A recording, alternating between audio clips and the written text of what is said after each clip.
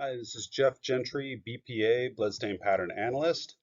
Today I'm going to take a minute to talk about the amount of blood that is not only in the human body but other animals, just so you have an idea of comparison. If you're going to be looking at bloody scenes, you want to have just a general idea of how much blood is in different type of animals or how much blood is especially inside the human body, because when you see bleeding injuries or wounds, you want to know, is that consistent with the amount of blood that's inside of the human body? And is that even enough blood to cause someone's death?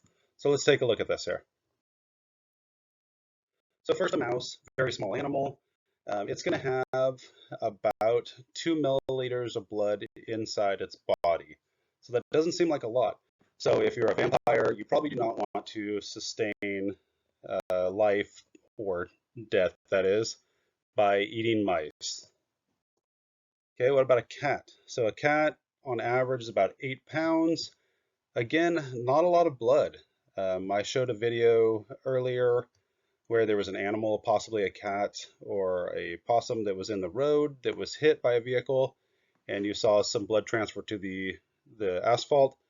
So it was not a lot of blood, not like you would see with a human. So I knew right away that this was not a human that we were dealing with. It was a smaller animal because it was a smaller blood volume. So inside of a cat, you're going to get about 160 mLs, which is about 3/4 of a cup of coffee. So about the coffee cup there. Okay, so in an adult human. So this is me. I'm 6 foot, 210 pounds. So in my body, I'm going to have about 1.5 gallons of blood.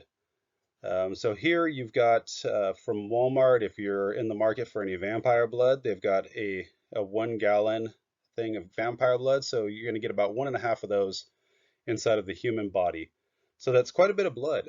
I've been out to scenes where I see just about every single drop of that blood has been spilled out of the scene. If you get a death due to blood loss, it's called exsanguination.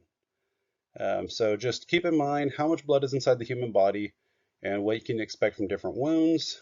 Remember, sometimes wounds aren't going to immediately cause death, so you're going to get a lot more bleeding. You're going to get a lot of drip stains. You're going to get a lot of maybe arterial spurt patterns if a major vessel is injured, and the body is going to compensate for a while. So you might get bleeding for an extended period of time. So in that case, you're going to get large volumes of blood, and be prepared to analyze that. And you could even give an approximate calculation about blood volume. It does take a little bit of work, but you could always go back and do some rough calculations. So just know how much blood is inside the human body if you're going to be doing any kind of an analysis. Okay, a horse, a lot bigger than a human, about 1,000 pounds. So you're going to get approximately 10 gallons of blood inside of a horse. Now, that seems like a lot of blood. So that's about the size of a small fish aquarium. And finally, the blue whale.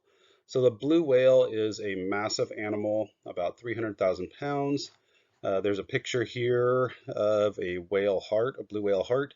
It's huge. So it has to do a lot of work to pump blood throughout that giant body. And a blue whale heart only beats a few times a minute to pump blood throughout its entire body.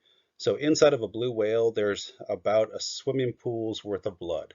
So if you take a 24-foot diameter pool, it is about 1,200 gallons, so 1,200 gallons. So that's how much blood is inside of a blue whale. Just an insane amount of blood. So if there's ever a blue whale blood scene to analyze, I would be more than happy to go check that out. So just keep in mind how much blood is inside of humans, how much blood is inside of different animals.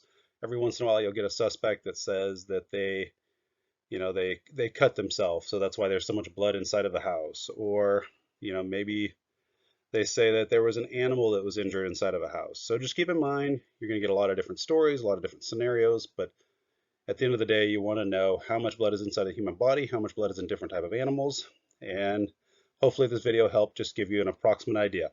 So please like and subscribe and follow for more bloodstain pattern analysis videos. This is Jeff Gentry, BPA, Bloodstain Pattern Analyst.